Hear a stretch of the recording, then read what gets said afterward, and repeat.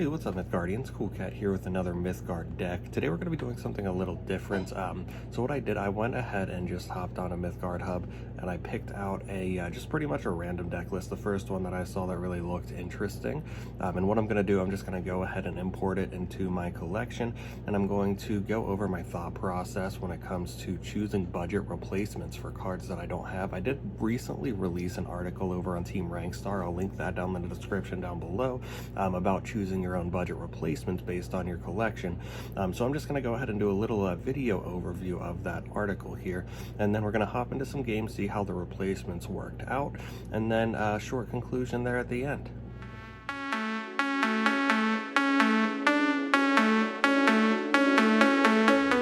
Alright, so here we are, new deck 7. Let's go ahead and import the list that I'm looking to play. So we aren't missing too many cards, actually. We're only missing a couple of these mythics, Black Hatter and Braggy Rune Singer. So let's go ahead and drop these. We don't have the essence to craft them. I'm not essence rich or anything like that. So it's going to be blue-orange, more mid-range style deck. We have some Rebel and Zealot synergies here in the Xerxian Sympathizer. Let's see, Quicksand Hourglass is very interesting. That can save some minions on some trades. We're running Turn of Seasons and Impel. We do have 4 enchantments. Looks like 2 Speedways and 2 Stairways. We're running Double Seal, Double Temptation. Considering dropping one of the seals. Well, let's go ahead and find out what we want to put in place. We dropped a Black Hatter and a Braggy. There's no direct replacements for either of those, so we'll just scroll on through and see what catches our eye. I'm thinking we could probably add like a Fossagrim. Fossagrim's a really great 3-drop. Mobility is very important in this game, as I'm sure you're aware. Let's see. We already have Kara in there. We have 1 Thunderclap and 1 Magnus. Let's see, we could also add in Valkyrie Enforcer. That'd be a great addition as well. Really good tempo, 4 mana, bounce a guy, play a guy. We have Double Horn already. We could throw in a Cataclysm for some burst damage to close them out. Let's see, we have 2 Convictions. We could also try this Storied Martyr that's recently been buffed. Let's see, all of your other Rebel minions. We have a few Rebels. Well, we don't actually have any Rebels, actually. They're all Zealots. So I guess that's not going to work too well unless we could add in one of these guys. The Spear. Oh, no, that makes them Zealots, not Rebels. Never mind. Yeah, no Spear. Let's see, we could do the Frenzy, the 2/2 Frenzy. That's always a fun one. Or some Dark Passengers. Dark Passenger isn't the best tempo, it's 2 mana. But it also draws you a card, but this is a blue-orange tempo deck, so I want to go ahead and play this Twin Fire Zealot. Lower the curve a little bit, up our minion count so that our Xerxian Recruiter doesn't whiff as often, and just have a really good threat to play on too. I do want to drop these Lore Brokers. I've never really had too much success with those. Let's see. I may want to add in the other 2 Zealots or the other 2 Thanes. Or I can just take a look and see what else I could add in. Maybe I want to add in a blue card. We have a lot of double blue gems. And our deck is a little under half blue. Just to make sure we can get those off. Add in the Fossagrims. I'm thinking Fossagrim's good. Just scrolling through to make sure I don't want anything else. Let's see, Jaunt is a fun card, but like I said, I want to keep my minion count up so my Xerxian Recruiter doesn't whiff as much. Alright, I think we got a decent looking list. I'm going to go ahead and save the deck. Hop into some casual.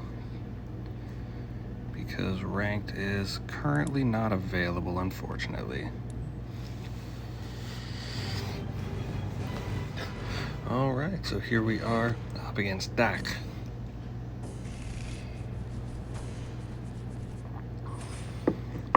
All right, decent start. We have a Eager Recruit, we have our Thane, we have our Beast. This is a good 1, 2, 3 curve. I'm gonna burn this Seal, gonna burn the Horn. Maybe Sidecar. Sidecar's not actually that bad on 3. They are purple. Oh, there's another Sidecar, so I can most likely burn one. But they are purple, so they probably have Eraser and Shadow, which can easily take out the Sidecar. So I kind of want to save it so I can play it next to a Shadvahar Beast to protect it a little bit as best I can. You know, play the Sidecar here, Beast here maybe. That's not the best, but it's a really good protection for it. Alright, so they're purple Rampy. Burn the Horn, play the Thane. Stick to my game plan here.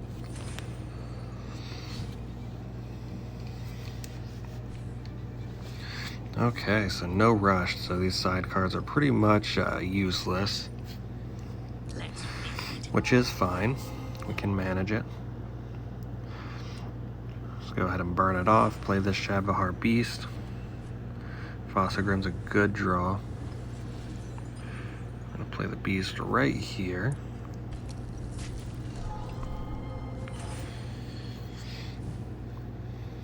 Make it a little harder to clear off.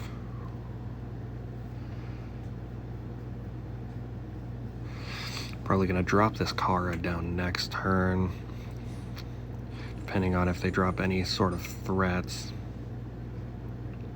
But one thing to keep in mind, actually, I saw this on a replay from Toonstar with Red Cliffs and Temptation. Oh, that's not quite going to work out unless you have another one.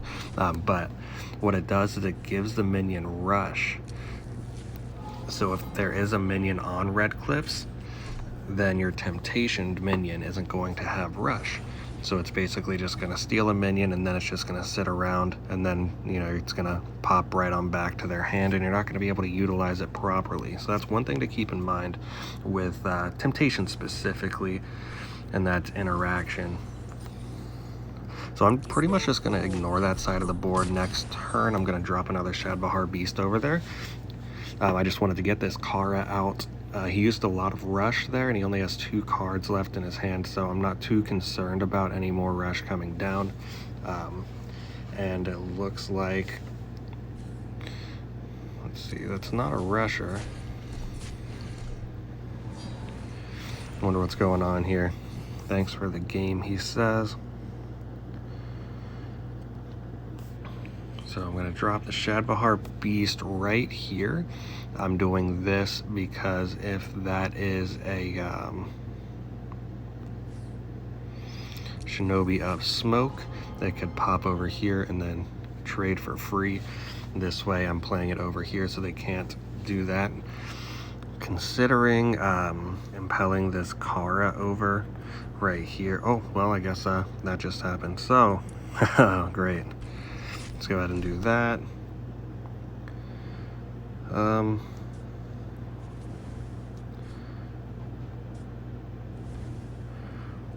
Let's see. I don't really want to burn this Temptation, but I do want to play an Eager Recruit right here. I guess I'm not going to. I will burn this Eager Recruit, and then I'll drop an Eager Recruit right here. Pressure the right side of the board a little more.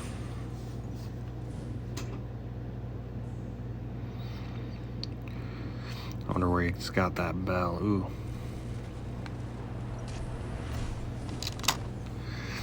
It's gonna be a scary boy. I'm guessing it's Smoke, yeah. There's no way it's not Smoke. Which isn't terrible. Oh, so they just pretty much emptied their hand right there. So that's good for us.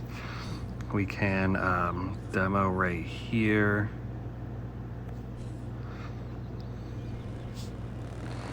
And then impel that over, kill that off. Of course, they belled that. Not too big of an issue. It's another red cliffs, which is fine. I'm not going to burn anything here. I need to keep my hand sized up as much as possible. And they're just not going to play anything at all, which is good for us. We're going to play this Xerxian Recruiter, hopefully draw a card. All right, so we're looking good, looking good. I'm going to burn this Hourglass. I'm going to play the Twin Fire Zealot, get that out and popping. I'm going to look to Fossagrim, switch these two so that the buff goes on the Zealot, or trade that Recruiter off right here, and then Fossagrim the Zealot over to get the Frenzy on the enchantment.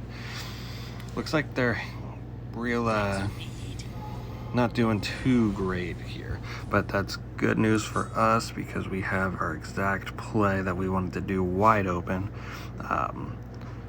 So I'll go ahead and do that. I can actually just impel, well, no, Fossagrim so that I can get some more pressure on the board. Pop that over, boom, boom.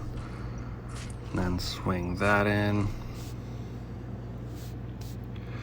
And then, let's see, I'll go ahead and play this Thane over to the left. Now, Winter with these red cliffs is very scary. They can't kill anything off because they only have one card in hand. Well, they can easily, actually, they'll kill off the Twin Fire Zealot, but that's not gonna win them the game right here because I have full pressure over on the left-hand side, and we pretty much just took that win right there. All right, GG. So you saw the, actually my budget replacement here really came in handy. It got me the real good burst right there. So if that were either a Braggy or a Mad Hatter, which is what I replaced it with, then, you know, that would not have been able to happen. And the Mad Hatter wouldn't have been too useful. They were out of resources pretty much by turn 4. So that wouldn't have helped too much. Braggy would have been cool. Giving a minion Frenzy is always good, but with the nerf, it's a little slower to happen. I don't think I would have been able to get it off. So that shows you here, you know, budget replacements aren't terrible in Mythgard. You know, a lot of the lower rarity cards do have very good value in the game. You know, they're not just vanilla minions. They have a lot of really cool effects like Frenzy, and even like Thane. Thane's really great board control for an early game. But yeah, that was that game. So let's go ahead and hop into our conclusion. All right, and that was the deck list and the video. I'll go ahead and link both options in the description down below, both my altered version and the original version as well.